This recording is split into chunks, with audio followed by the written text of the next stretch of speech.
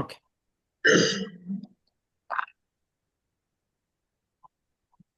Can we start, ma'am? Okay.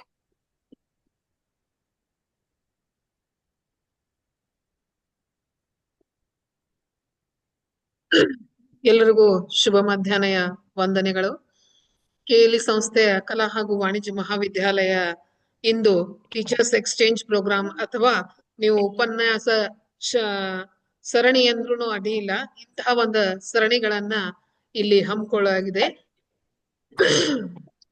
ನಮ್ಮ ಗೃಹ ವಿಜ್ಞಾನದ ವಿಷಯದ ಅನುಗುಣವಾಗಿ ಮಕ್ಕಳಿಗೆ ಅನುಕೂಲ ಆಗ್ಲಿ, ಕೇವಲ ನಮ್ಮ ವಿಶ್ವವಿದ್ಯಾಲಯದ ವಿದ್ಯಾರ್ಥಿಗಳಲ್ಲ, ಬೇರೆ ವಿಶ್ವವಿದ್ಯಾಲಯದ ವಿದ್ಯಾರ್ಥಿಗಳಿಗೂ ಈ ಎಲ್ಲ ಅನುಕೂಲಗಳನ್ನ ಪಡೀಲಿ ಅನ್ನೋಕ್ಕೋಸ್ಕರ ಇಂದು ಒಂದು ಮಾನವ ಅಭಿವೃದ್ಧಿ ಮತ್ತು ಕುಟುಂಬ ಅಧ್ಯಯನ, ಮಾನವ ಅಭಿವೃದ್ಧಿ ಮತ್ತು ಕುಟುಂಬ ಅಧ್ಯಯನ ಈ ಒಂದು ವಿಷಯದ ಅಡಿಯಲ್ಲಿ ಉಪನ್ಯಾಸ ಸರಣಿ ಭಾಗ 1 ಆಯೋಜಿಸಲಾಗಿದೆ. ಇಂದಿನ ವಿಷಯ ಪ್ಯುಬರ್ಟಿ ಅಂದ್ರೆ ಹರೆಯದ ಬಗ್ಗೆ ನಾವು ಮಕ್ಕಳ ಬಗ್ಗೆ ಹರೆಯ ವಿಷಯದ ಬಗ್ಗೆ ಪೂರ್ತಿಯಾಗಿ ಸವಿಸ್ತಾರವಾದ ಮಾಹಿತಿಯನ್ನ ನಮ್ಮ GFGC ಅಂಕೋಲಾ ಕಾಲೇಜಿನ ಪ್ರಾಂಶುಪಾಲರು ಹಾಗೂ ಗೃಹ ವಿಜ್ಞಾನ ವಿಭಾಗದ ಮುಖ್ಯಸ್ಥರೂ ಆದಂತಹ ಡಾಕ್ಟರ್ ವಿಜಯ ಯು ಮೇಡಮ್ ಇವರು ಸಂಪನ್ಮೂಲ ವ್ಯಕ್ತಿಯಾಗಿ ಆಗಮಿಸಿದ್ದು, ಅವರಿಗೆ ನಮ್ಮ ಮಹಾವಿದ್ಯಾಲಯದ ಪರವಾಗಿ ವೈಯಕ್ತಿಕವಾಗಿ ತಮ್ಮೆಲ್ಲರ ಪರವಾಗಿ ತುಂಬು ಹೃದಯದ ವಂದನೆಗಳನ್ನ ಸಲ್ಲಿಸ್ತಾ ಇಂದಿನ ಕಾರ್ಯಕ್ರಮಕ್ಕ ಅನುವು ಮಾಡಿಕೊಡ್ತಾ ಇದ್ದೀನಿ. ಬಹಳ ಸಮಯ ಕಡಿಮೆ, ನಮ್ಗೆ 40 ಮಿನಿಟ್ಸ್ ವಿದಿನ್ ಒಳಗ ನಾವು ಈ ಸರಣಿಯನ್ನು ಮುಕ್ತಾಯ ಮಾಡ್ತೀವಿ. Over to you Vijaya madam. Okay madam, ಇದು ಶೇರ್ ಮಾಡ್ತೀರಾ? PPT ಶೇರ್ ಮಾಡ್ತೀರಾ? Yes ma'am.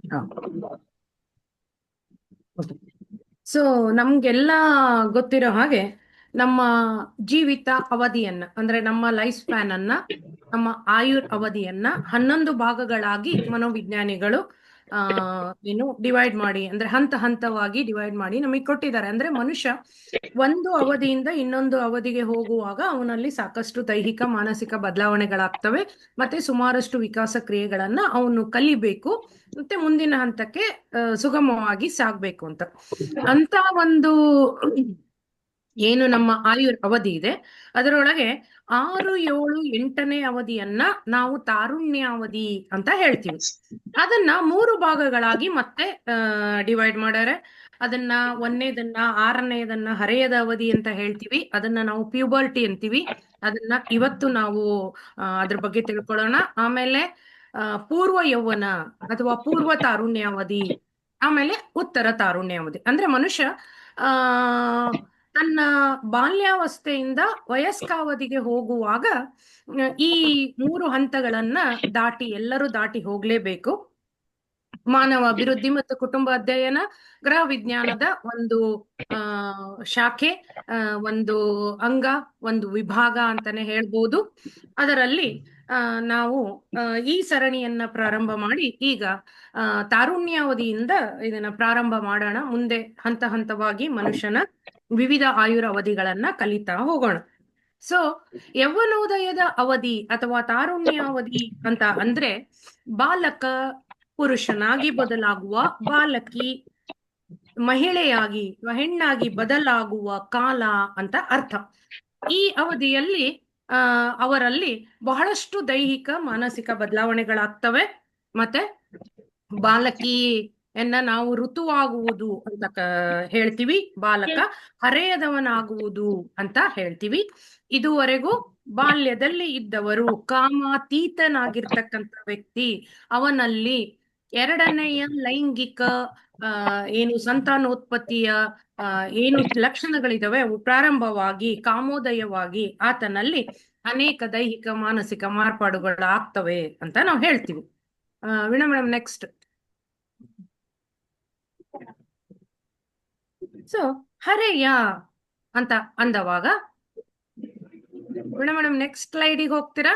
1 second ma'am. So ಹರೆಯ ಅನ್ನೋದನ್ನ ಆ ಯಾಕೆ ಈ ಶಬ್ದವನ್ನ ಪ್ಯೂಬರ್ಟಿ ಅಂತ ಹೇಳಿ ಮಧ್ಯದಲ್ಲಿ ಒಂದು ತಗೊಳ್ತಾರೆ ಅಂತಂದ್ರೆ, ಇದು ಒಂದು ಅಪೂರ್ವವಾದ ವಿಶಿಷ್ಟವಾದ ಕಾಲ ಅಂತಾನೆ ಹೇಳ್ಬೋದು.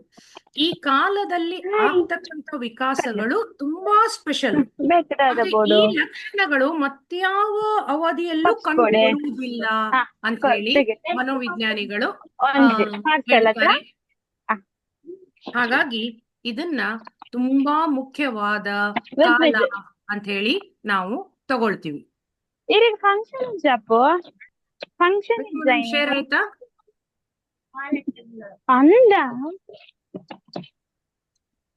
ನೆಕ್ಸ್ಟ್ ಸ್ಲೈಡಿಗೆ ಬರ್ರಿ. ಯಾವಾಗ್ಲೂ ಮನುಷ್ಯನ ಜೀವನದಲ್ಲಿ ತುಂಬಾ ಅಂದ್ರೆ ತುಂಬಾ ಬಣ್ಣಗಳಿಂದ ಕೂಡಿದ, ಕನಸುಗಳಿಂದ ಕೂಡಿದ ಅವಧಿಯನ್ನ ನಾವು ತಾರುಣ್ಯಾವಧಿ ಅಂತ ಹೇಳ್ತೀವಿ. ಬಹಳ ಕಡಿಮೆ ಅವಧಿ ಸಿಗುತ್ತೆ, ಅದರಲ್ಲಿ ಬಹಳಷ್ಟು ಬದಲಾವಣೆಗಳಾಗ್ತವೆ. ಆಮೇಲೆ ಮುಂದೆ ವಯಸ್ಕನಾಗುವಾಗ ಒಬ್ಬ ಹುಡುಗ ಅಥವಾ ಒಬ್ಬ ಹುಡುಗಿ, ವೀಣಾ ಮೇಡಮ್ ಹಿಂದಿಂದಕ್ಕೆ ಇಟ್ಕೊಳ್ರಿ, ಇಲ್ಲಿ ಬಹಳಷ್ಟು ಏನು ಸೂಕ್ಷ್ಮ ಸಂವೇದನೆಯ ಹಂತಗಳನ್ನ ಇಲ್ಲಿ ಮನುಷ್ಯ ಸಾಗಿ ಹೋಗ್ತಾನೆ. ಸೊ ಇನ್ನು ಹರೆಯದ ಬಗ್ಗೆ ಹೇಳುವುದಾದರೆ, ವ್ಯಕ್ತಿಯ ವಿಕಾಸ ವ್ಯಾಪ್ತಿಯಲ್ಲಿ, ಅಂದ್ರೆ ನಮ್ಮ ಏನು ಜೀವಿತಾವಧಿ ಅಥವಾ ಆಯುರಾವಧಿ ಇದೆ, ಅದರಲ್ಲಿ ಹರೆಯ ಅಥವಾ ಯೌವನೋದಯದ ಅವಧಿ ಒಂದು ಪರ್ವಕಾಲ, ತುಂಬಾ ಇಂಪಾರ್ಟೆಂಟ್ ಚೇಂಜಸ್ ಆಗ್ತಕ್ಕಂಥ ಕಾಲ ಇದು. ಇದನ್ನ ಲ್ಯಾಟಿನ್ ಭಾಷೆಯಲ್ಲಿ ಪ್ಯೂಬರ್ಟಿ ಅಂತ ಕರೀತಾರೆ. ಪ್ಯೂಬರ್ಟಿಯ ಅರ್ಥ ಯೌವನ ಅಥವಾ ಹರೆಯ ಅಂತ ಹೇಳ್ಬೋದು. ಯೌವನ ಅಂದ್ರೆ ಬಾಲಕ ಗಂಡಾಗುವ, ಅಂದರೆ ಹುಡುಗ ಇದ್ದವನು ಪುರುಷನಾಗುವ, ಬಾಲಕಿ ಹೆಣ್ಣಾಗುವ ಕಾಲ ಅಂತ ಅರ್ಥ.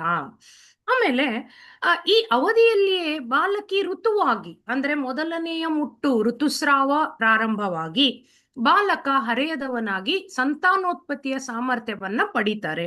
ಹುಟ್ಟಿದವಾಗ ಹುಡುಗ ಅಥವಾ ಹುಡುಗಿ ಅನ್ಲಿಕ್ಕೆ ಒಂದು ಜನನಾಂಗ ಮಾತ್ರವೇ ನಮಗೆ ಏನು ಸಾಕ್ಷಿಯಾಗಿ ಸಿಗುತ್ತೆ. ಅದರ ನಂತರದಲ್ಲಿ ನಾವು ಹುಡುಗಿಯರಿಗೆ ಬೇರೆ ಡ್ರೆಸ್ ಹಾಕೋದು, ಹುಡುಗರಿಗೆ ಬೇರೆ ಡ್ರೆಸ್ ಹಾಕೋದು ಮಾಡಿ ಅವರನ್ನ ಬೇರೆ ಬೇರೆಯಾಗಿ ಕಾಣ್ತೀವ ಹೊರತಾಗಿ ದೈಹಿಕವಾಗಿ ಜನನಾಂಗವನ್ನ ಒಂದು ಹೊರತುಪಡಿಸಿ ಅವರಲ್ಲಿ ಬಹಳಷ್ಟು ಬದಲಾವಣೆಗಳು ಇರುವುದಿಲ್ಲ. ಆದ್ರೆ ಈ ಟೈಮಿನಲ್ಲಿ, ಅಂದ್ರೆ ಉತ್ತರ ಬಾಲ್ಯಾವಧಿ ಮುಗಿಯುವ ಟೈಮಿನಲ್ಲಿ, ಅಂದ್ರೆ 12-13ನೇ ವಯಸ್ಸಿನಿಂದ ಮುಂದಕ್ಕೆ ಈ ಎಲ್ಲ ಬದಲಾವಣೆಗಳಾಗಿ ಅವರಲ್ಲಿ ನಾವು ಇವರು ಇವನು ಪುರುಷ, ಇವಳು ಮಹಿಳೆ ಅಂತ ಕರೆಕ್ಟ್ ಆಗಿ ಗುರುತಾಗುವಂತಹ ಮಾರ್ಪಾಡುಗಳು ಆಗ್ತವೆ. ಮತ್ತೆ ಬಹಳಷ್ಟು ಮಾನಸಿಕ ಮಾರ್ಪಾಡುಗಳು ಕೂಡ ಆಗ್ತವೆ. ನೆಕ್ಸ್ಟ್, ಈ ಹರೆಯಕ್ಕೆ ಬಹಳಷ್ಟು ಲಕ್ಷಣಗಳು ಇದಾವೆ. ಹರೆಯ ಬಾಲ್ಯ ಮತ್ತು ತಾರುಣ್ಯದ ಮಧ್ಯಂತರ ಕಾಲ. ಸೊ ತಾರುಣ್ಯಾವಧಿ ಅಥವಾ ಯೌವನೋದಯ ಏನಿದೆ, ಒಂದು ಈ ಬಾಲ್ಯದಿಂದ ವಯಸ್ಕನಾಗುವ ಹಂತದಲ್ಲಿ ಈ ಹರೆಯ ಒಂದು ಮಧ್ಯದಲ್ಲಿ ಬರುತ್ತೆ. ಇದು ಹೆಂಗ್ ಬರುತ್ತೆ ಅಂದ್ರೆ, ಬಾಲ್ಯಾವಧಿಯನ್ನ ದಾಟಿ ತಾರುಣ್ಯವಧಿಯನ್ನ ತಲುಪುವ ಮುನ್ನ ಪ್ರತಿಯೊಬ್ಬ ಬಾಲಕಿಯು ಹರೆಯವನ್ನ ಹಾದು ಹೋಗ್ಲೇಬೇಕು. ಆಗ ವ್ಯಕ್ತಿ ಬಾಲಕನೂ ಅಲ್ಲ, ತರುಣನೂ ಅಲ್ಲ. ಬಾಲಕ ಲೈಂಗಿಕವಾಗಿ ಪಕ್ವನಾಗುವವರೆಗೂ ಅವನನ್ನು ಹರೆಯದ ಬಾಲಕ ಅಂತ ನಾವು ಕರಿಬಹುದು.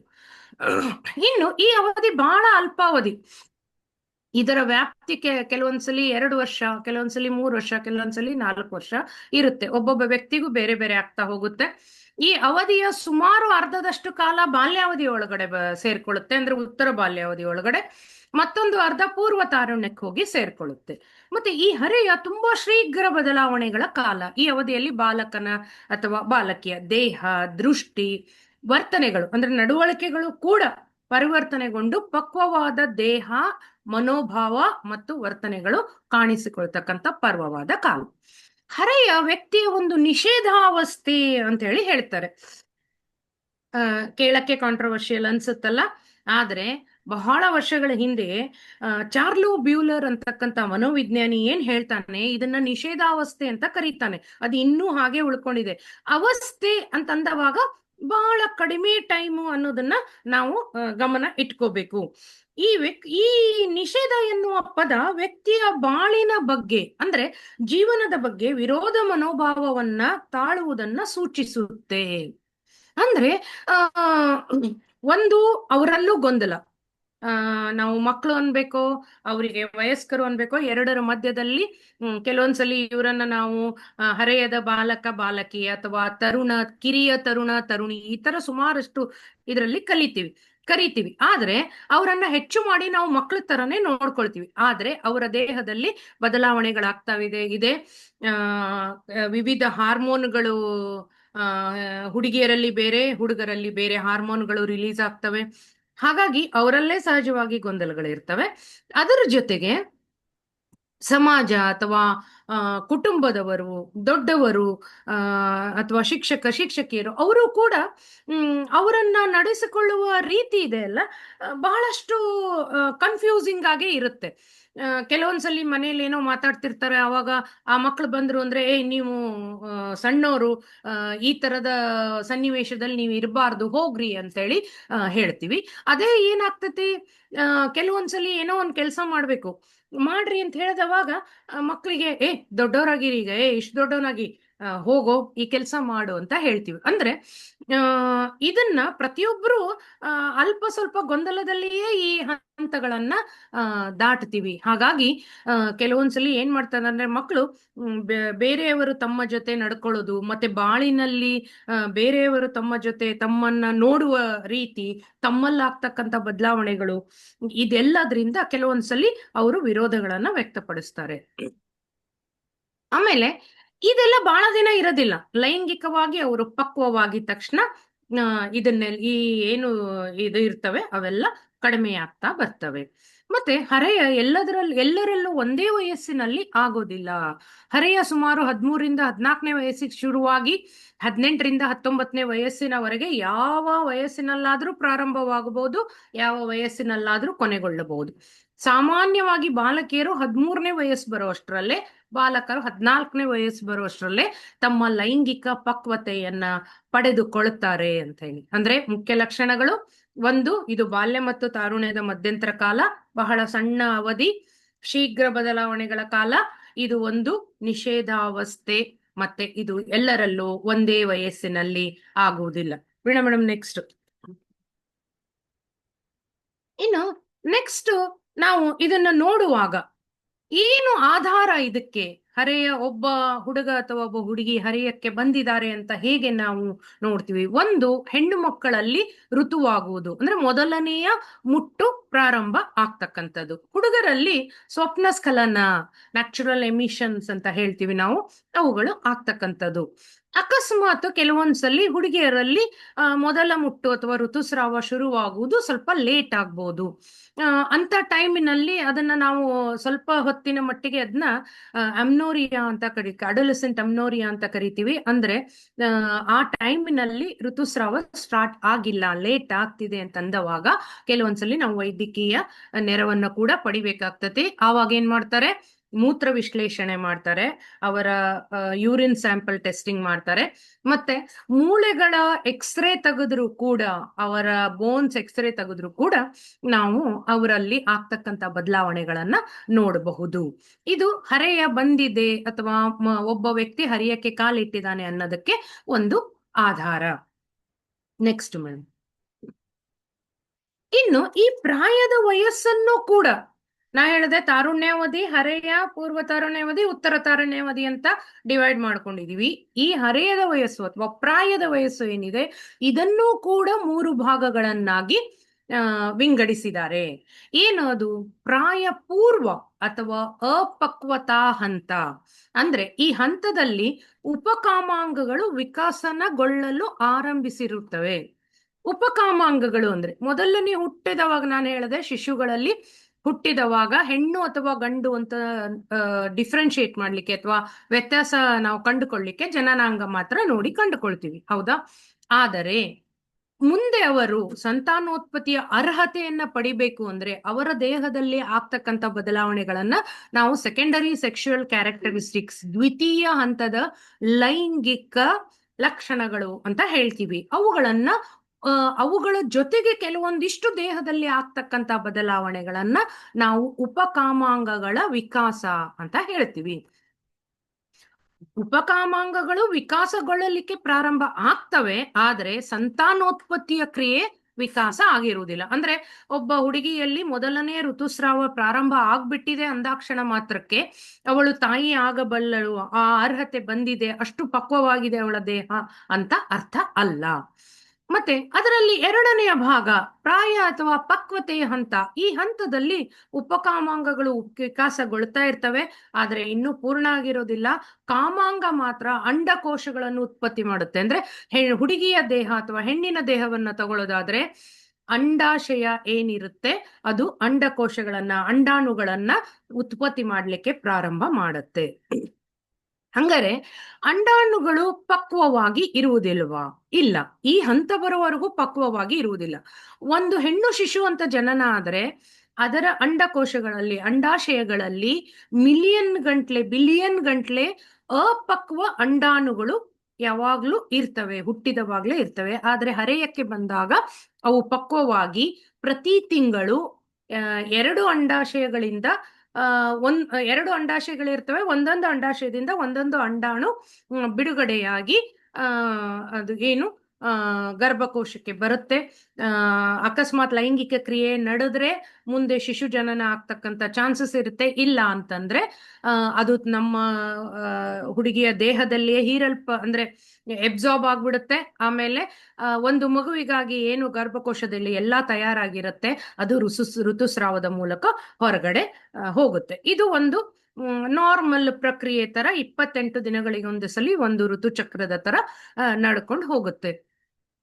ಅಂಡಾಣು ಅಂತಕ್ಕಂಥದ್ದು ಸ್ತ್ರೀಯರಲ್ಲಿ ಇರ್ತಕ್ಕಂಥ ಸಂತಾನೋತ್ಪತ್ತಿಯ ಒಂದು ಜೀವಕೋಶ. ಓಕೆ, ಇನ್ನು ಪ್ರಾಯೋತ್ತರ ಅಥವಾ ಪಕ್ವಾವಸ್ಥೆ ಅಂತ ಬಂದವಾಗ ಈ ಹಂತದಲ್ಲಿ ಉಪಕಾಮಾಂಗಗಳ ವಿಕಾಸ ಪೂರ್ಣ ಆಗಿರುತ್ತೆ, ಮತ್ತೆ ಕಾಮಾಂಗಗಳು ಪೂರ್ಣ ಪಕ್ವವಾದಂತೆ ಕಾರ್ಯೋನ್ಮುಖವಾಗಿರುತ್ತವೆ. ಅಂದ್ರೆ ದ್ವಿತೀಯ ಲೈಂಗಿಕ ಲಕ್ಷಣಗಳು ಕಂಪ್ಲೀಟ್ ಆಗಿದಾವೆ, ಮತ್ತೆ ಉಪಕಾಮಾಂಗಗಳು ಅಂದ್ರೆ ಅದಕ್ಕೆ ಹೆಲ್ಪ್ ಮಾಡ್ತಕ್ಕಂಥ ಏನು ಅಂಶಗಳಿದಾವೆ ಅವುಗಳ ವಿಕಾಸ ಕೂಡ ಪೂರ್ಣ ಆಗಿರುತ್ತೆ. ಅಂದ್ರೆ ಆಲ್ಮೋಸ್ಟ್ ಪೂರ್ವ ತಾರುಣ್ಯಾವಧಿ ಬರೋ ತನಕ ಈ ಹರೆಯ ಅಥವಾ ಪ್ರಾಯ ಅಂತ ನಾವೇನ್ ಹೇಳ್ತೀವಿ ಅದರಲ್ಲಿ ಹಂತ ಹಂತವಾಗಿ ಈ ರೀತಿ ಬೆಳವಣಿಗೆಗಳು ಆಗಿರ್ತವೆ. ನೆಕ್ಸ್ಟ್ ವೇಣುಗಳು. ಇಲ್ಲಿ ಒಂದು ಪಾಯಿಂಟ್ ಮಕ್ಕಳೇ ನಾವು ನೆನ್ಪಿಟ್ಕೋಬೇಕು. ಏನು ಅಂತಂದ್ರೆ ಹರೆಯದ ಬೆಳವಣಿಗೆಯ ಸ್ಫುರಣ, ಗ್ರೋತ್ ಸ್ಪರ್ಟ್ ಅಂತ ಒಂದು ಬರುತ್ತೆ. ಇಲ್ಲಿ ದೇಹದ ಗುಣಲಕ್ಷಣಗಳಲ್ಲಿ ತ್ವರಿತವಾಗಿ ಅಂದ್ರೆ ಫಾಸ್ಟ್ ಆಗಿ ಆಗ್ತಕ್ಕಂಥ ಬದಲಾವಣೆಗಳನ್ನ, ಮುಖ್ಯವಾಗಿ ಎತ್ತರ ಮತ್ತು ತೂಕ ಬೆಳವಣಿಗೆಯ ಸ್ಫುರಣ ಅಂತಾರೆ. ಏನೋ ಒಂದು 6 ತಿಂಗಳ ಹಿಂದೆ ನೋಡಿದ ಹುಡುಗನೋ ಹುಡುಗಿನೋ ತುಂಬಾ ಬದಲಾಗಿತ್ತರ ನಮ್ಗೆ ಕಾಣಿಸ್ತಾರೆ. ಅದೇ ಹಿಂದೆ ಬಾಲ್ಯಾವಧಿಯಲ್ಲಿ ನಮಗೆ ಅಷ್ಟೊಂದು ಬದಲಾವಣೆಗಳು ಅವರಲ್ಲಿ ಕಂಡಿರುವುದಿಲ್ಲ. ಮತ್ತೆ ಈ ವ್ಯಕ್ತಿಯ ನಮ್ಮ ಏನು ಮನುಷ್ಯನ ಜೀವಿತ ಅವಧಿ ಇದೆ ಅದರಲ್ಲಿ 2 ಸಲ ಈ ತರ ದೈಹಿಕ ಬೆಳವಣಿಗೆ ಬಹಳ ಫಾಸ್ಟ್ ಆಗಿ ಆಗುತ್ತೆ ಅಂತ ಹೇಳ್ತಾರೆ. ಒಂದು ಜನನ ಪೂರ್ವ ಕಾಲದಲ್ಲಿ ಮತ್ತು ಜನನಾನಂತರ ಮೊದಲ 6 ತಿಂಗಳು. ಜನನ ಪೂರ್ವ ಕಾಲ ಅಂದ್ರೆ ತಾಯಿಯ ಗರ್ಭದಲ್ಲಿರುವಾಗ 9 ತಿಂಗಳು, ಮತ್ತೆ ಹುಟ್ಟಿದ ಮೇಲೆ 6 ತಿಂಗಳು. ಆ 9 ತಿಂಗಳು ಈ 6 ತಿಂಗಳು ಬಹಳ ಫಾಸ್ಟ್ ಆಗಿ ಡೆವಲಪ್ಮೆಂಟ್ಗಳು ಆಗ್ತವೆ. ಅಂದ್ರೆ ಒಂದು ಕಣ್ಣಿಗೆ ಕಾಣದಷ್ಟು ಇರುವಂತ ಒಂದು ಜೀವಕೋಶ ಒಂದು ಮನುಷ್ಯನ ರೂಪದ ಒಂದು ಮಗುವಾಗಿ ಮತ್ತೆ ಹುಟ್ಟಿದ ಮೇಲೆ 6 ತಿಂಗಳಲ್ಲಿ ಅಷ್ಟೊಂದು ಬೆಳವಣಿಗೆಯನ್ನ ಕಾಣುತ್ತೆ. 2ನೇ ಸಲಿ ಮನುಷ್ಯನ ಜೀವನದಲ್ಲಿ ತುಂಬಾ ತೀವ್ರ ಬದಲಾವಣೆಗಳಾಗೋದು ಅಂದ್ರೆ ಇದೇ ವಯಸ್ಸಿನಲ್ಲಿ, ತಾರುಣ್ಯಾವಧಿಯಲ್ಲಿ. ಎಷ್ಟು ಫಾಸ್ಟ್ ಆಗಿ ಅಂತಂದ್ರೆ ನೋಡ್ತಾ ಇದ್ದಂಗೆ ಹುಡುಗ ಒಳ್ಳೆಯ ಪುರುಷನ ತರ ಆಗ್ತಕ್ಕಂಥದ್ದು, ಹುಡುಗಿ ಹೆಣ್ಣಾಗಿ ಕಾಣಿಸಕ್ಕಂತ ಬದಲಾವಣೆಗಳು ಆಗ್ತವೆ. ಹರೆಯದ ಬೆಳವಣಿಗೆಯ ಸ್ಫುರಣ ಅಥವಾ ಪ್ಯೂಬರ್ಟಲ್ ಗ್ರೋತ್ ಸ್ಪರ್ಟ್ ಅಂತ ಅನ್ನೋದನ್ನ ನಾವು ಇದೇನು ಶೀಘ್ರ ಬೆಳವಣಿಗೆ ಆಗುತ್ತಲ್ಲ ಇದನ್ನ ನಾವು ಬೆಳವಣಿಗೆ, ಹರೆಯದ ಬೆಳವಣಿಗೆಯ ಸ್ಫುರಣ ಅಂತ ಹೇಳಿ ನಾವು ಕರಿತೀವಿ. ಮತ್ತೆ ಯಾವಾಗ ಈ ತರದ ಬೆಳವಣಿಗೆಗಳು ಆಗ್ತವೆ ಮನುಷ್ಯನಲ್ಲಿ, ಯಾವಾಗ ಈ ತರದ ಬೆಳವಣಿಗೆಗಳಾಗ್ತವೆ ಆ ಬೆಳವಣಿಗೆಗಳು ನಮ್ಮಲ್ಲಿ ಬಹಳಷ್ಟು ಏನು ಮಾನಸಿಕ ಮತ್ತು ದೈಹಿಕ ಬೆಳವಣಿಗೆ ಏನು ಮಾರ್ಪಾಡುಗಳನ್ನ ಕೂಡ ನಮ್ಮಲ್ಲಿ ಇವುಗಳು ಕಾಣಿಸ್ಲಿಕ್ಕೆ ಸಿಗ್ತವೆ. ಮತ್ತೆ ಅದರ ಜೊತೆಗೆ ಆ ಇಲ್ಲಿ ಏನು ದೈಹಿಕ ಬದಲಾವಣೆಗಳು ಆಗ್ತವೆ ಅವುಗಳನ್ನ ಆ ಅವುಗಳು ನಮ್ಮ ಮಾನಸಿಕ ಬೆಳವಣಿಗೆಯ ಮೇಲೆ ಮತ್ತೆ ಪ್ಲಸ್ ನಮ್ಮ ಏನು ವರ್ತನೆಗಳ ಮೇಲೆ, ನಡವಳಿಕೆಗಳ ಮೇಲೆ ಪರಿಣಾಮವನ್ನ ಬೀರ್ತವೆ. ನಾವು ನೋಡ್ಬೋದು ಹುಡುಗ ಅಥವಾ ಹುಡುಗಿಯರಲ್ಲಿ ಈ ಬದಲಾವಣೆಗಳು ಆಗ್ತಿರುವಾಗ ಬಹಳಷ್ಟು ಅವರ ನಡವಳಿಕೆಗಳಲ್ಲೂ ಕೂಡ ಕೆಲವೊಂದ್ಸಲಿ ಸಡನ್ ಆಗಿ ಅವರು ಯಾವುದಕ್ಕಾದ್ರೂ ರಿಯಾಕ್ಟ್ ಮಾಡ್ಬಿಡ್ತಾರೆ. ಸಡನ್ ಆಗಿ ದೊಡ್ಡವ್ರು ಏನಾರು ಹೇಳಿದಾಗ ವಾಪಸ್ ಮಾತಾಡ್ಬಿಡೋದು, ಅಥವಾ ಕೆಲವೊಂದ್ಸಲಿ ಏನೋ ಒಂಥರ ಅನ್ನ ಮನಸ್ಕರ ತರ ಇರೋದು. ಅಂದ್ರೆ ಈ ಜಗತ್ತಲ್ಲಿ ಇಲ್ವೇನೋ ಇವರು, ನಾವು ಹೇಳ್ತಾ ಇರೋದು ತಿಳ್ಕೊಳ್ತೇನೆ ಇಲ್ಲೇನೋ ಅನ್ನೋ ಒಂಥರ ಇದ್ದು ಬಿಡೋದನ್ನು ಸಹ ನಾವಿಲ್ಲಿ ನೋಡ್ತೀವಿ. ಇನ್ನು ಇದರಲ್ಲಿ ಮುಖ್ಯ ಲೈಂಗಿಕ ಲಕ್ಷಣಗಳು ಅಥವಾ ಕಾಮಾಂಗಗಳು ಏನೇನು ಅನ್ನೋದನ್ನ ನಾವು ನೋಡೋಣ.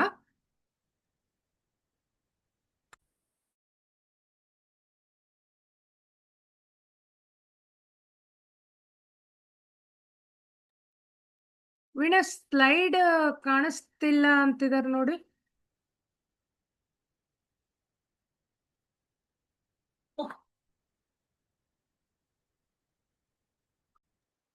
ಮೇಡಮ್, ನಿಮಗ ಹೋಸ್ಟ್ ಕೊಟ್ಟಿದ್ದೆ ನಾನು, ಚೇಂಜಸ್ ಮಾಡ್ಬೇಕು ಹೌದಾ? ಅನ್ಕೊಂಡ.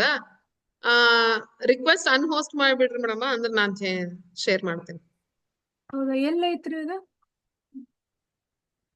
ನೋಡ್ತೀನಿ ತಡ್ರಿ, ನೋಡ್ಲಿಕತ್ತೀನಿ. ನೋಡ್ತೇನೆ ತಡ್ರಿ, ನಾನು ಶೇರ್ ಮಾಡ್ಲಿಕ್ಕೆ ಆಗತ್ತಾ ನೋಡ್ತೇನೆ ತಡ್ರಿ. ಶೇರ್ ಅಂತಿದೆ ನೋಡಿ ಮೇಡಮ್, ಅಲ್ಲೇ. ಒಂದೇ ನಿಮಿಷ ತಡ್ರಿ, ಮಾಡ್ತೀನಿ. ಇದನ್ನ ದೊಡ್ಡ ಮಾಡಿ, ಸ್ಕ್ರೀನ್ ದೊಡ್ಡ ಮಾಡಿ.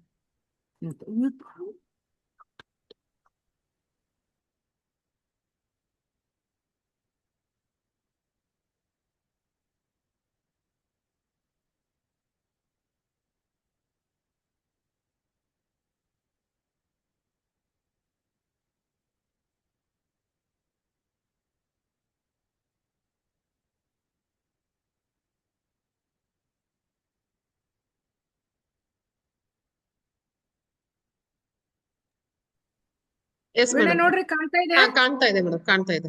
ಯು ಕ್ಯಾನ್ ಸ್ಟಾರ್ಟ್ ಮಾಡಿ. ಓಕೆ. ಇನ್ನು ಈ ಏನು ನಾವು ಗ್ರೋತ್ ಸ್ಪರ್ಟ್ ಅಥವಾ ಹರೆಯದ ಸ್ಫುರಣ ಅಂತ ಹೇಳಿ ತಿಳ್ಕೊಂಡ್ವಿ. ಇದರ ಹಂತದಲ್ಲಿಯೇ ಸುಮಾರಷ್ಟು ದ್ವಿತೀಯ ಲೈಂಗಿಕ ಲಕ್ಷಣಗಳು ಮತ್ತೆ ಕಾಮಾಂಗಗಳು ಬೆಳವಣಿಗೆ ಆಗ್ತವೆ. ಅವು ಏನೇನು ಅಂತ ನೋಡೋಣ. ಬಾಲ್ಯಾವಧಿಯಲ್ಲಿ ಕಾಮಾಂಗಗಳು ಪುಟ್ಟವಾಗಿ ಮತ್ತು ಅಸಮರ್ಥವಾಗಿ ಇರ್ತವೆ. ನಮ್ಗೆ ಹುಡುಗ ಅಥವಾ ಹುಡುಗಿ ಅನ್ನೋದು ಕಾಣುತ್ತೆ ಹೊರತಾಗಿ ಅವರ ಲೈಂಗಿಕ ಅಂಗಾಂಗಗಳು ಅಷ್ಟು ಸರಿಯಾಗಿ ಕೆಲಸ ಮಾಡುವ ತರ ಇರುವುದಿಲ್ಲ. ಹರೆಯ ಬಂದವಾಗ ಕಾಮಾಂಗಗಳು ಬೆಳೆದು ಕಾರ್ಯ ಸಮರ್ಥವಾಗತ್ವೆ. ಏನು ದ್ವಿತೀಯ ಲೈಂಗಿಕ ಏನು ಲಕ್ಷಣಗಳಿದಾವೆ ಅವೆಲ್ಲ ಬೆಳೆದು, ಅಂದ್ರೆ ಮುಂದೆ ಅವರು ಸಂತಾನೋತ್ಪತ್ತಿಯನ್ನ ಮಾಡ್ತಕ್ಕಂತ ಸಾಮರ್ಥ್ಯವನ್ನ ಪಡ್ಕೊಳ್ತಾರೆ. ಆದ್ರೆ ಒಂದೇನಂತಂದ್ರೆ ಬಾಲಕ ಮತ್ತು ಬಾಲಕಿಯರಲ್ಲಿ ಬೆಳವಣಿಗೆಗಳು ವಿಭಿನ್ನವಾಗಿರ್ತವೆ. ಪುರುಷನಲ್ಲಿ ಅಥವಾ ಹುಡುಗನಲ್ಲಿ ಅಥವಾ ಗಂಡಿನಲ್ಲಿ ನೋಡೋದಾದ್ರೆ ಲಿಂಗ ಗ್ರಂಥಿಗಳು ಅಥವಾ ವೃಷಣಗಳು ದೇಹದಿಂದ ಹೊರಗೆ ವೃಷಣಕೋಶದಲ್ಲಿ ಅಡಗಿರುತ್ತವೆ. ಹುಟ್ಟಿದವಾಗ್ಲೇನೆ ವೃಷಣಗಳು ವೃಷಣಕೋಶದಲ್ಲಿ ಬರಲೇಬೇಕು, ಬಂದಿರ್ತವೆ. 14ನೇ ವಯಸ್ಸಿನಲ್ಲಿ ಇವು ಪೂರ್ತಿಯಾಗಿ ಬೆಳೆದ ವೃಷಣಗಳ 10% ಗಾತ್ರ ಮಾತ್ರ ಇರ್ತವೆ. ಅಲ್ಲಿಂದ ಮುಂದೆ 1-2 ವರ್ಷಗಳಲ್ಲಿ ಇವುಗಳ ಬೆಳವಣಿಗೆ ಅತಿ ಶೀಘ್ರವಾಗಿ ಆಮೇಲೆ ನಿಧಾನ ಆಗತ್ತೆ. ಬಾಲಕ 20 ಅಥವಾ 21ನೇ ವಯಸ್ಸಿನವನಾದಾಗ ಇವು ಪೂರ್ಣವಾಗಿ ಬೆಳೆದಿರುತ್ತವೆ. ಹಾಗಾಗಿನೇ ಪುರುಷನಲ್ಲಿ ಮದುವೆಯ ವಯಸ್ಸನ್ನ 21 ವರ್ಷ ಅಂತ ಗುರುತಿಸಿರುವುದನ್ನ ನಾವಿಲ್ಲಿ ನೋಡಬಹುದು. ಈ ವೃಷಣಗಳ ಕ್ರಿಯೆ ದ್ವಿಮುಖವಾದದ್ದು, ಅಂದ್ರೆ 2 ಕೆಲಸಗಳನ್ನ ಮಾಡುತ್ತೆ. ಒಂದು ಶುಕ್ರಾಣು ಅಥವಾ ವೀರ್ಯಾಣು, ಅಂದ್ರೆ ಪುರುಷನ ಸಂತಾನೋತ್ಪತ್ತಿಯ ಜೀವಕೋಶ. ಅದನ್ನ ಉತ್ಪತ್ತಿ ಮಾಡಿ ಸಂತಾನೋತ್ಪತ್ತಿಗೆ ಹೊಂದಿಕೊಳ್ಳಲು ಏನೇನು ಅಗತ್ಯವಾದ ದೈಹಿಕ ಮತ್ತು ಮಾನಸಿಕ ಮಾರ್ಪಾಟುಗಳು ಬೇಕು ಅವುಗಳನ್ನ ಉಂಟು ಮಾಡೋದು. ಆಮೇಲೆ ಅವುಗಳ ಮೇಲೆ ಹತೋಟಿ ಇರುವ ಅಂತಃಸ್ರಾವಗಳನ್ನು ಉತ್ಪತ್ತಿ ಮಾಡುವುದು. ಅಂತಃಸ್ರಾವಗಳು ಅಂದ್ರೆ ಎಂಡೋಕ್ರೈನಲ್ ರಿಲೀಸಸ್ ಅಂತ ಹೇಳ್ತೀವಿ, ಹಾರ್ಮೋನ್ಗಳಂತ ಹೇಳ್ತೀವಿ. ಪುರುಷನಲ್ಲಿ ಆ ಹಾರ್ಮೋನ್ ಅನ್ನ ಟೆಸ್ಟೋಸ್ಟಿರಾನ್ ಅಂತ ನಾವು ಹೇಳ್ತೀವಿ, ಇದನ್ನ ಉತ್ಪತ್ತಿ ಮಾಡುತ್ತೆ. ವೃಷಣಗಳ ಬೆಳವಣಿಗೆ ಈ ರೀತಿಯಾಗಿ ಪ್ರಾರಂಭ ಆದ ಸ್ವಲ್ಪ ಟೈಮ್ನಲ್ಲೇನೆ ಶಿಶ್ನದ ಬೆಳವಣಿಗೆ ಕೂಡ ಶೀಘ್ರವಾಗಿ ಆಗಿ 21ನೇ ವಯಸ್ಸಿನಲ್ಲಿ ಅನ್ನೋಷ್ಟರಲ್ಲೇ ಪುರುಷ ಸಂತಾನೋತ್ಪತ್ತಿಯ ಅರ್ಹತೆಯನ್ನ ಪಡ್ಕೊಳ್ತಾನೆ. ಅದೇ ಹೆಣ್ಣಿನ ಕಾಮಾಂಗಗಳನ್ನ ನೋಡೋದಾದ್ರೆ ಸಂತಾನೋತ್ಪತ್ತಿಗೆ ಸಂಬಂಧಿಸಿದ ಪ್ರತಿಯೊಂದು ಅಂಗವೂ ಹರಿಯದಲ್ಲಿ ಬೆಳೆಯುತ್ತೆ. ಬಾಲಕಿಯರ 12ನೇ ವಯಸ್ಸಿನಲ್ಲಿ ಅಂಡಾಶಯಗಳ ತೂಕ ಪೂರ್ಣ ಗೊಂಡು ಪೂರ್ಣಗೊಂಡಾಗ ಎಷ್ಟಿರ್ಬೇಕೋ ಅದರ 40% ಇರ್ತೈತಿ. ಮತ್ತೆ ಅವುಗಳ ಗಾತ್ರ ಮತ್ತು ತೂಕದ ಬೆಳವಣಿಗೆ ಬಾಲಕಿಗೆ 20 ಅಥವಾ 21 ವರ್ಷಗಳು ತುಂಬುವಾಗ ಆಗತ್ವೆ. ಅದಕ್ಕೆ 18 ವರ್ಷ ಮದುವೆಗೆ ಅಂತ ಅರ್ಹತೆಯನ್ನ ಒಬ್ಬ ಮಹಿಳೆಗೆ ಅಥವಾ ಹುಡುಗಿಗೆ ಕೊಟ್ಟರು ಕೂಡ 20 ಅಥವಾ 21ನೇ ವಯಸ್ಸು ಗರ್ಭ ಧರಿಸ್ಲಿಕ್ಕೆ ಸರಿಯಾದ ವಯಸ್ಸು ಅಂತ ನಾವು ಹೇಳ್ತೀವಿ. ಯಾಕಂದ್ರೆ ಆವಾಗ ಗರ್ಭಕೋಶ ಪೂರ್ತಿಯಾಗಿ ಬೆಳವಣಿಗೆಯಾಗಿ ಅಂಡಾಶಯಗಳು ಪೂರ್ತಿಯಾಗಿ ಬೆಳವಣಿಗೆಯಾಗಿ ಪಕ್ವವಾದ ಅಂಡಾಣುಗಳು ಬರ್ಲಿಕ್ಕೆ ಸಹಾಯ ಆಗುತ್ತೆ.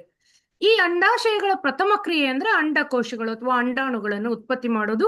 ಈ ಅಂಡಕೋಶಗಳೇ ಸಂತಾನೋತ್ಪತ್ತಿಗೆ ಕಾರಣ ಆಗ್ತವೆ. ಇದರ ಜೊತೆಗೆ ಅಂಡಾಶಯಗಳು ಥೀಲನ್ ಅಂದ್ರೆ ಆ ವೀಕ್ ಈಸ್ಟ್ರೋಜೆನಿಕ್ ಹಾರ್ಮೋನ್ ಅಂತ ಹೇಳ್ತೀವಿ. ಅಂದ್ರೆ ಈಸ್ಟ್ರೋಜನ್ ಮತ್ತು ಪ್ರೊಜೆಸ್ಟ್ರಾನ್ ಅಂತಕ್ಕಂಥ 2 ಹಾರ್ಮೋನುಗಳು ಹೆಣ್ಣಿನ ದೇಹದಲ್ಲಿ ಉತ್ಪತ್ತಿ ಆಗ್ತವೆ. ಆ 2 ಹಾರ್ಮೋನುಗಳು ಈ ಸಂತಾನೋತ್ಪತ್ತಿಗೆ ಸಂಬಂಧಿಸಿದ ಎಲ್ಲ ಕ್ರಿಯೆಗಳನ್ನ ಸರಿಯಾಗಿ ಮಾಡ್ತವೆ. ಇದು ಸಹ ಅಂಡಾಶಯದ ಕೆಲಸನೇ. ಅಂಡಾಶಯದ ಅಂತಃಸ್ರಾವಗಳು ಸಂತಾನೋತ್ಪತ್ತಿಗೆ ಸಂಬಂಧಿಸಿದ ಅಂಗಗಳ ರಚನೆ ಪೂರ್ಣಗೊಳ್ಳುವಂತೆ ಮತ್ತು ಕಾರ್ಯೋನ್ಮುಖವಾಗುವಂತೆ ಮಾಡುತ್ತವೆ. ಅಂದ್ರೆ ಮುಟ್ಟು ಕ್ರಮಬದ್ಧವಾಗಿ ಪ್ರತಿ 28 ದಿನಗಳಿಗೊಮ್ಮೆ ಮುಟ್ಟಾಗುವಂತೆ ಅಥವಾ ಋತುಸ್ರಾವ ಆಗುವಂತೆ, ಮತ್ತೆ ಉಪಕಾಮಾಂಗಗಳು ರೂಪುಗೊಳ್ಳುವಂತೆ. ಅಂದ್ರೆ ಉಪಕಾಮಾಂಗಗಳು ಅಂದ್ರೆ ಎದೆಯ ಬೆಳವಣಿಗೆ, ಮತ್ತೆ ದೇಹದ ವಿವಿಧ ಭಾಗಗಳಲ್ಲಿ ಕೂದಲುಗಳ ಬೆಳವಣಿಗೆ, ಇವೆಲ್ಲವೂ ಆಗುವಂತೆ ಮಾಡ್ತವೆ. ಹೆಣ್ಣಿನ ಸಂತಾನೋತ್ಪತ್ತಿ ಅಂಗಗಳು ಪಕ್ವವಾಗಿದೆ ಎಂಬುದನ್ನು ಸೂಚಿಸುವ ಚಿಹ್ನೆ ಅಂತಂದ್ರೆ ಹೆಣ್ಣು ಋತುವಾಗುವುದು ಅಥವಾ ಮೊದಲನೆಯ ಮುಟ್ಟು ಪ್ರಾರಂಭ ಆಗುವುದು. ಉಪಕಾಮಾಂಗಗಳು ಅಂತ ಬಹಳ ಸಲ ಹೇಳಿದೆ. ಉಪಕಾಮಾಂಗಗಳು ಅಂತ ಏನು ಅಂತಂದ್ರೆ ಯಾವ ದೈಹಿಕ ಲಕ್ಷಣಗಳಿಂದ ಬಾಲಕ ಮತ್ತು ಬಾಲಕಿಯರನ್ನ ಸಪರೇಟ್ ಆಗಿ ಗುರುತಿಸಬಹುದು ಅವುಗಳನ್ನು ಉಪಕಾಮಾಂಗಗಳು ಅಂತಾರೆ. ಈ ಉಪಕಾಮಾಂಗಗಳು ಮುಖ್ಯ ಕಾಮಾಂಗಗಳಂತೆಗೆ ಸಂತಾನೋತ್ಪತ್ತಿಗೆ ನೇರವಾಗಿ ಸಂಬಂಧ ಏನು ಇರೋದಿಲ್ಲ, ಆದ್ರೆ ಅವುಗಳು ಅವಕ್ಕೆ ಹೆಲ್ಪ್ ಮಾಡ್ತಕ್ಕಂಥ ಅಥವಾ ಅವಕ್ಕೆ ಸಹಕರಿಸ್ತಕ್ಕಂಥ ಅಂಗಗಳಾಗಿ ಕೆಲಸವನ್ನ ಮಾಡ್ತವೆ. ಬಾಲಕರ ಉಪಕಾಮಾಂಗಗಳು ಅಂತ ಅಂದ್ರೆ ವೃಷಣ ಶಿಶ್ನಗಳು ಬೆಳೆಯಲಾರಂಭಿಸಿದ 1 ವರ್ಷದ ನಂತರ ಅಧಕೇಶಗಳು ಅಂದ್ರೆ ದೇಹದ ಬೇರೆ ಬೇರೆ ಭಾಗಗಳಲ್ಲಿ ಕೇಶಗಳು ಅಥವಾ ಕೂದಲುಗಳು ಬೆಳೆಯಲಾರಂಭಿಸುವುದು. ಈ ಬೆಳವಣಿಗೆ ಸುಮಾರು 13 ವಯಸ್ಸಿನಿಂದ ಪ್ರಾರಂಭ ಆಗಿ 15 ವಯಸ್ಸಿನವರೆಗೂ ಕಪ್ಪಾಗಿ ದಟ್ಟವಾದ ಕೂದಲುಗಳು ಬೆಳೀತವೆ. ನಂತರ ಮುಖದ ಮೇಲೆ ಗಡ್ಡ, ಮೀಸೆ, ಕಂಕುಳುಗಳಲ್ಲಿ ಕೂದಲುಗಳು ಬೆಳೀತವೆ. ಇಷ್ಟೇ ಅಲ್ಲದೆ ಕೆಲವು ಬಾಲಕರಲ್ಲಿ ತೋಳು, ಕಾಲುಗಳು, ಭುಜಗಳು, ಎದೆಯ ಮೇಲೆ ಕೂಡ ದಟ್ಟವಾಗಿ ಕಪ್ಪಾಗಿ ರೋಮಗಳು ಅಥವಾ ಕೂದಲುಗಳು ಬೆಳೀತವೆ. ವೃಷಣಗಳು ಬೆಳೆದು ಪಕ್ವವಾಗ್ತಿದ್ದಂತೆಯೇ ಮುಂಡ ಮತ್ತು ಕೈಕಾಲುಗಳ ಮಾಂಸಖಂಡಗಳು ಬೆಳೆದು ದೊಡ್ಡವಾಗ್ತವೆ. ಈ ಬೆಳವಣಿಗೆಯಿಂದ ಬಾಲಕ ಗಂಡಸಿನಂತೆ ಪುರುಷನಂತೆ ಕಾಣಲು ಆರಂಭಿಸ್ತಾನೆ. ಬಾಲಕನಲ್ಲಿ ಅಧಕೇಶಗಳು ಬೆಳೆಯಲಾರಂಭಿಸಿದಂತೆ ಆತನ ಧ್ವನಿ ಕೂಡ ಮಾರ್ಪಾಡಾಗುತ್ತೆ. ಅಷ್ಟು ದಿನಗಳವರೆಗೂ ನಮಗೆ ಹುಡುಗ ಅಥವಾ ಹುಡುಗಿಯ ಧ್ವನಿಯಲ್ಲಿ ವ್ಯತ್ಯಾಸ ಕಾಣ್ತಾ ಇರೋದಿಲ್ಲ. ಈ ಟೈಮ್ನಿಂದ ನಂತರದಲ್ಲಿ ನಮಗೆ ಹುಡುಗನ ಧ್ವನಿ ಗಡಸಾಗಿ ಚೇಂಜ್ ಆಗೋದನ್ನ ನಾವು ಕಾಣಿಸ್ತೀವಿ, ನಾವು ನೋಡಬಹುದು. ಇನ್ನು ಬಾಲಕಿಯರಲ್ಲಿ ಉಪಕಾಮಾಂಗಗಳು ಅಂದ್ರೆ ಮೊಟ್ಟ ಮೊದಲು ಕಾಣಿಸುವ ಸ್ತ್ರೀ ಲಕ್ಷಣಗಳು ಅಂದ್ರೆ ಪಿರ್ರೆಗಳ ವಿಕಾಸ ಅಂದ್ರೆ ಬೆನ್ನಿನ ಕೆಳಭಾಗದಲ್ಲಿ ವಿಕಾಸ, ಪೆಲ್ವಿಕ್ ಮೂಳೆ ಅಂದ್ರೆ ಸೊಂಟದ ಮೂಳೆ ಅಗಲ ಆಗುವುದು ಮತ್ತು ಸ್ತನಗಳ ಬೆಳವಣಿಗೆ. ಇನ್ನು ಹರೆಯದ ಆರಂಭದಲ್ಲಿಯೇ ಕೆಲವು ವರ್ಣರಹಿತ ಅಧಕೇಶಗಳು ಅಂದ್ರೆ ಬಣ್ಣ ಇಲ್ಲದೆ ಇರುವಂತಹ ಕೂದಲುಗಳು ಕಾಣಿಸ್ಕೊಳ್ತವೆ. ಆಮೇಲೆ ಅವುಗಳು ಅಚ್ಚುಕಟ್ಟಾಗಿ ದಪ್ಪಾಗಿ ದಟ್ಟವಾಗಿ ಬೆಳೀತವೆ. ಇನ್ನು ಈ ಅಧಕೇಶಗಳು ಅಂದ್ರೆ ಒಳಗಡೆ ಇರ್ತಕ್ಕಂಥ ದೇಹದ ಬೇರೆ ಬೇರೆ ಭಾಗದಲ್ಲಿ ಇರ್ತಕ್ಕಂಥ ಕೂದಲುಗಳು ಅಥವಾ ಕೇಶಗಳು, ರೋಮಗಳು ಸಾಕಷ್ಟು ಬೆಳೆದ ನಂತರ ಕಂಕುಳಲ್ಲಿ ಕೂದಲುಗಳು ಬೆಳೆಯಲಾರಂಭಿಸ್ತವೆ. ಸಾಮಾನ್ಯವಾಗಿ ಈ ಕೂದಲುಗಳು ಋತುವಾದ ನಂತರ ಅಂದ್ರೆ ಮೊದಲನೆಯ ಮುಟ್ಟು ಪ್ರಾರಂಭವಾದ ನಂತರ ಬೆಳೀತವೆ. ಇರ್ತವೆ. ಕಂಕುಳುಗಳಲ್ಲಿ ಸ್ವೇದ ಗ್ರಂಥಿಗಳು ಅಂದ್ರೆ ಬೆವರಿನ ಗ್ರಂಥಿಗಳು ಇರೋ ಹಂಗೆನೆ ಚರ್ಮದ ಒಳಪದರಗಳಲ್ಲಿ ತೈಲ ಗ್ರಂಥಿಗಳು ಇರ್ತವೆ. ಅವು ದಪ್ಪಾಗಿ ತೈಲದಂತ ದ್ರವವನ್ನ ಸ್ರವಿಸ್ಲಿಕ್ಕೆ ಸ್ಟಾರ್ಟ್ ಮಾಡ್ತವೆ. ಹೀಗಾಗಿನೇ ತಾರುಣ್ಯಾವಧಿಯಲ್ಲಿ ಬಾಲಕ ಮತ್ತು ಬಾಲಕಿಯರು ಇಬ್ಬರಲ್ಲೂ ಕೂಡ ಮುಖದ ಮೇಲೆ ಮೊಡವೆಗಳು ಏಳ್ತಕ್ಕಂತ ಚಾನ್ಸಸ್ ಇರ್ತವೆ. ಎಲ್ಲರಿಗೂ ಮೊಡವೆಗಳು ಏಳಲೇಬೇಕಂತಿಲ್ಲ, ಆದ್ರೆ ಸುಮಾರಷ್ಟು ಜನರಲ್ಲಿ ಮೊಡವೆಗಳು ಏಳುತ್ತವೆ. ಇನ್ನು ಋತುವಾದಕ್ಕಿಂತ ಸ್ವಲ್ಪ ಮೊದಲು ಅಥವಾ ಋತುವಾದ ಸ್ಟಾರ್ಟಿಂಗ್ ಟೈಮ್ ನಲ್ಲಿ ಬಾಲ್ಯದ ಕೀರಲು ಧ್ವನಿ ಹೋಗಿ, ಅಂದ್ರೆ ಹುಡುಗಿಯರದು ತೆಳುವಾಗಿರೋ ಧ್ವನಿ ಹೋಗಿ ಒಳ್ಳೆಯ ಮೃದು ಮಧುರವಾದ ಮತ್ತು ಇಂಪಾದ ಧ್ವನಿ ಕಾಣಿಸ್ಕೊಳ್ಳುತ್ತೆ. ಹುಡುಗಿಯರಲ್ಲಿ ಇಂಪಾದ ಧ್ವನಿ, ಹುಡುಗರಲ್ಲಿ ಗಡುಸಾದ ಧ್ವನಿ ಕಾಣಿಸ್ಕೊಳ್ಳುತ್ತೆ. ಇನ್ನು ವರ್ತನೆ ಮತ್ತು ಮನೋಭಾವಗಳಲ್ಲಿ ಆಗ್ತಕ್ಕಂಥ ಸಾಮಾನ್ಯ ಪರಿಣಾಮಗಳು ಏನಂದ್ರೆ, ಹರೆಯ ವ್ಯಕ್ತಿಯ ಮನೋಭಾವ ಮತ್ತು ವರ್ತನೆ, ಮನೋಭಾವ ಅಂದ್ರೆ ಅವ್ರ ಆಟಿಟ್ಯೂಡ್ ಮತ್ತೆ ವರ್ತನೆಗಳ ಮೇಲೆ ಕೆಲವು ಪರಿಣಾಮಗಳನ್ನ ಉಂಟು ಮಾಡುತ್ತೆ. ಇವೆಲ್ಲವೂ ಒಂದೆಲ್ಲ ಒಂದು ರೀತಿನಲ್ಲಿ ಹರೆಯ ಒಂದು ನಿಷೇಧಾವಸ್ಥೆ ಅನ್ನೋದನ್ನ ಸಮರ್ಥಿಸುವೆ. ಏನೇನು? ಕೆಲವೊಂದ್ಸಲಿ ಒಬ್ರೇ ಇರ್ಬೇಕು ಅನ್ಸುತ್ತೆ ಅವರಿಗೆ, ಯಾರು ಮಾತಾಡಿದ್ರು ಕಿರಿಕಿರಿ ಅನ್ಸುತ್ತೆ. ಕೆಲವೊಂದ್ಸಲಿ ಅಷ್ಟು ಚಿಕ್ಕವರಿರುವಾಗ ಅಪ್ಪ ಅಮ್ಮಂಗೋ ಸ್ಕೂಲಲ್ಲೋ ಎಲ್ಲ ಕೆಲಸ ಮಾಡಕ್ಕೆ ಹೆಲ್ಪ್ ಮಾಡಕ್ಕೆ ಮುಂದೆ ಬರ್ತಾ ಇರೋರು ಒಂದೇ ಸಲಿಗೆ ಏನು ಕೆಲಸ ಮಾಡಕ್ಕೆ ಮನ್ಸಿಲ್ದೆ ಇರೋರ್ ತರ ಆಕ್ಟ್ ಮಾಡ್ತಾರೆ. ಅಸಮನ್ವಯತೆ, ಅವರು ಮಾತಾಡ್ತಿರೋದಕ್ಕೆ ಅವರ ವರ್ತನೆಗೆ ಕೆಲವೊಂದ್ಸಲಿ ಹೊಂದಾಣಿಕೆ ಇರುವುದಿಲ್ಲ. ಕೆಲವೊಂದ್ಸಲಿ ಬೇಜಾರಲ್ಲಿ ಇರೋ ತರ ಇರ್ತಾರೆ. ಕೆಲವೊಂದ್ಸಲಿ ಎಕ್ದಮ್ ಸಿಟ್ಟಾಗಿ ರಿಯಾಕ್ಟ್ ಮಾಡ್ತಾರೆ. ಮತ್ತೆ ಕೆಲವೊಂದ್ಸಲಿ ಸಮಾಜ ದ್ವೇಷಿ, ಅಯ್ಯೋ ಏನಪ್ಪಾ ಇದು, ಅಯ್ಯೋ ಈ ರೂಲ್ ಸರಿ ಇಲ್ಲ, ಇದು ಸರಿ ಇಲ್ಲ, ಅದು ಸರಿ ಇಲ್ಲ ಅಂತ ಹೇಳಿ. ಆಮೇಲೆ ಅಧಿಕಾರವನ್ನು ವಿರೋಧಿಸುವುದು, ಸ್ಟ್ರಾಂಗ್ ಆಗಿ ಇಷ್ಟು ದಿನ ಅಪ್ಪ ಅಮ್ಮ ಆಗ್ಲಿ, ಟೀಚರ್ಸ್ ಆಗ್ಲಿ, ಸಮಾಜದಲ್ಲಿ ಬೇರೆಯವರಾಗ್ಲಿ ಸಣ್ಣ ಮಕ್ಕಳ ತರ ಅವ್ರಿಗೆ ಹೆಂಗೆ ಅಧಿಕಾರದಿಂದ ಹೀಗ್ ಮಾಡು ಹಾಗ್ ಮಾಡು ಅಂತ ಹೇಳ್ತಿದ್ರು ಅದನ್ನ ವಿರೋಧಿಸ್ತಾರೆ. ಅಂದ್ರೆ ಅವ್ರಿಗೇನೋ ನಾವು ದೊಡ್ಡವರಾಗಿದ್ದೀವಿ, ಹೀಗ್ಯಾಕ್ ಮಾಡ್ತಾರಪ್ಪ ಎಲ್ಲಾರು ಅಂತ ಅನ್ಸೋದು. ಆಮೇಲೆ ಅನ್ಯ ಲಿಂಗ ದ್ವೇಷ, ಇದು ಸ್ವಲ್ಪ ಟೈಮ್ ಇರುತ್ತೆ. ಬೇರೆ ಲಿಂಗದವರನ್ನ ಕಂಡ್ರೆ ಸ್ವಲ್ಪ ಟೈಮು ದ್ವೇಷ ಮಾಡ್ತಾರೆ. ಮತ್ತೆ ಅದಾದ್ಮೇಲೆ ಅವರಲ್ಲಿ ಆಕರ್ಷಣೆ ಕೂಡ ಬೆಳೆಯುತ್ತೆ. ನಾವು ಪೂರ್ವ ತಾರಣ್ಯಾವಧಿ ನೋಡುವಾಗ ನಾಳೆ ನೋಡೋಣಂತೆ. ಆತ್ಮವಿಶ್ವಾಸದ ಕೊರತೆ, ಕೆಲವೊಂದ್ಸಲಿ ಅಯ್ಯೋ ಏನ್ ಮಾಡ್ಬೇಕು ಅನ್ನೋದೇ ಗೊತ್ತಿಲ್ಲದವ್ರ ತರ ಆಕ್ಟ್ ಮಾಡ್ತಾರೆ. ಮತ್ತೆ ಕೆಲವೊಂದ್ಸಲಿ ಸಡನ್ ಆಗಿ ಅವರಲ್ಲಿ ಲೈಂಗಿಕ ಆಸಕ್ತಿ ಅಥವಾ ಆ ತರದ ವಿಷಯಗಳನ್ನ ಎಲ್ಲಿಂದಲೋ ತಿಳ್ಕೊಳ್ಳೋಕೆ ಪ್ರಯತ್ನ ಮಾಡುವಂತದ್ದು ಕಾಣ್ಬೋದು. ಮತ್ತೆ ಕೆಲವೊಂದ್ಸಲಿ ತುಂಬಾ ನಾಚ್ಕೊಳ್ಳೋದು, ಏನಾದ್ರು ಮಾತಾಡಿದ ತಕ್ಷಣ ಎಲ್ಲಿಲ್ಲಾರ್ದಂತೆ ಇಷ್ಟು ದಿನ ಸರಿಯಾಗಿ ಇದ್ ಮಾಡ್ತಾ ಇರೋರು ಸಡನ್ ಆಗಿ ನಾಚಿಕೆಗೊಂಡವ್ರ ತರ. ಮತ್ತೆ ತುಂಬಾ ಹಗಲುಗನಸು ಕಾಣ್ತಕ್ಕಂತ ಈ ತರದ ಸುಮಾರಷ್ಟು ಗೊಂದಲಮಯ ವರ್ತನೆಗಳನ್ನ ನಾವು ಇಲ್ಲಿ ಕಾಣಿಸ್ತೀವಿ. ಅವರನ್ನ ನಾವು ಮಕ್ಕಳು ಅನ್ನಕ್ಕಾಗಲ್ಲ, ದೊಡ್ಡವರು ಅನ್ನಕ್ಕಾಗಲ್ಲ. ಆದ್ರೆ ಈ ಹಂತವನ್ನ ನಾವೆಲ್ಲರೂ ದಾಟ್ತೀವಿ. ಈ ಹಂತವನ್ನ ದಾಟುವಾಗ ಮಕ್ಕಳಲ್ಲಿ ಆಗ್ತಕ್ಕಂಥ ಗೊಂದಲಗಳಿಗೆ ಹಿರಿಯರು ಕೂಡ ಸರಿಯಾಗಿ ಮಾರ್ಗದರ್ಶನ ನೀಡಿದರೆ ಅವರು ಈ ಹಂತವನ್ನ ಆರಾಮವಾಗಿ ದಾಟಬಹುದು. ಮತ್ತೆ ಒಳ್ಳೆಯ ಪ್ರೌಢರಾಗಿ, ವಯಸ್ಕರಾಗಿ ಅವರು ಸಮಾಜಕ್ಕೆ ಒಳ್ಳೆಯ ಕೊಡುಗೆ ಆಗಬಲ್ಲರು. Thank you.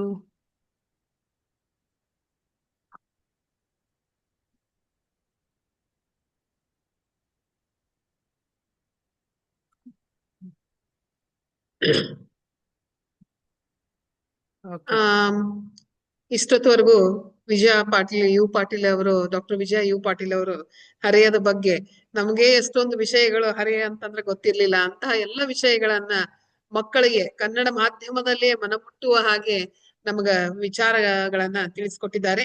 ಅವರಿಗೆ ಮಹಾವಿದ್ಯಾಲಯದ ಪರವಾಗಿ ನಾನು ವೈಯಕ್ತಿಕವಾಗಿ ತುಂಬು ಹೃದಯದ ಧನ್ಯವಾದಗಳನ್ನ ಅರ್ಪಿಸ್ತೀನಿ. ತುಂಬಾ ಉಪಯುಕ್ತವಾದಂತ ಮಾಹಿತಿ ಇದೆ. ಈ PPT ಕೂಡ ನಾವೇನ್ ಮಾಡ್ತಾ ಇದ್ದೀವಿ, ಈ ಗ್ರೂಪ್ ಒಳಗ ಶೇರ್ ಮಾಡ್ತಾ ಇದ್ದೀವಿ. ನಿಮ್ಗೆ ಅನುಕೂಲ ಆತಂತಂದ್ರೆ ಇದನ್ನ ನೋಟ್ಸ್ ಮಾಡ್ಕೊಂಡು ಮಕ್ಕಳಿಗೆ ಪರೀಕ್ಷೆಗೋಸ್ಕರ ತಯಾರು ಮಾಡುವಂತಹ ಗೃಹ ವಿಜ್ಞಾನದ ವಿದ್ಯಾರ್ಥಿಗಳಾಗಿರ್ಬೋದು, ಅಥವಾ ಯಾವ್ದಾದ್ರು ವಿದ್ಯಾರ್ಥಿಗಳಿಗೆ ಪ್ಯುಬರ್ಟಿ ಮೇಲೆ, ನಿಮ್ ಸ್ಪೋರ್ಟ್ಸ್ ಒಳಗೂ ಬರುತ್ತೆ ಪ್ಯುಬರ್ಟಿ, ಆಮೇಲೆ ಸಮಾಜಶಾಸ್ತ್ರದೊಳಗೂ ಬರುತ್ತೆ ಪ್ಯುಬರ್ಟಿ ಅಂತಂದ್ರೆ ವಿಷಯಗಳು, ಇಂತಹ ಸೈನ್ಸ್ ಒಳಗೂ ಬರುತ್ತೆ. ಇಂತಹ ಎಲ್ಲ ವಿಷಯಗಳನ್ನ ನಾವು ಮನಮುಟ್ಟುವಾಗ ಹೇಳ್ಕೊಟ್ಟಿದ್ದಕ್ಕೆ ಅವರಿಗೆ ನಾನು ವೈಯಕ್ತಿಕವಾಗಿ ಹಾಗೂ ಮಹಾವಿದ್ಯಾಲಯದ ಪರವಾಗಿ ನನ್ನ ವಿಭಾಗದ ವತಿಯಿಂದ ತುಂಬು ಹೃದಯದ ಧನ್ಯವಾದಗಳನ್ನ ಅರ್ಪಿಸ್ತೇನೆ.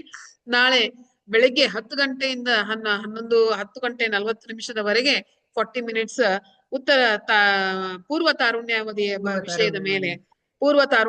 ವಿಷಯಗಳ ಮೇಲೆ ಒಂದು ವೆಬಿನಾರ್ ಅನ್ನ, ಸರಣಿ ಮಾಲಿಕೆಯನ್ನ ಹಮ್ಮಿಕೊಳ್ಳಲಾಗಿದೆ. ದಯವಿಟ್ಟು ಇದೇ ತರ ಸಪೋರ್ಟ್ ಅನ್ನ ಎಲ್ರೂ ಕೊಡ್ರಿ ಅಂತ ಕೇಳ್ಕೊಂತ ಇಂದಿನ ಈ ಕಾರ್ಯಕ್ರಮ ಸರಣಿಯನ್ನ ಉಪನ್ಯಾಸ ಮಾಲಿಕೆಯನ್ನ ಇಲ್ಲೇ ಮುಕ್ತಾಯ ಮಾಡ್ತಾ ಇದ್ದೇವೆ. ಎಲ್ರಿಗೂ ಧನ್ಯವಾದಗಳು. ನಮಸ್ಕಾರ. Thank you ma'am.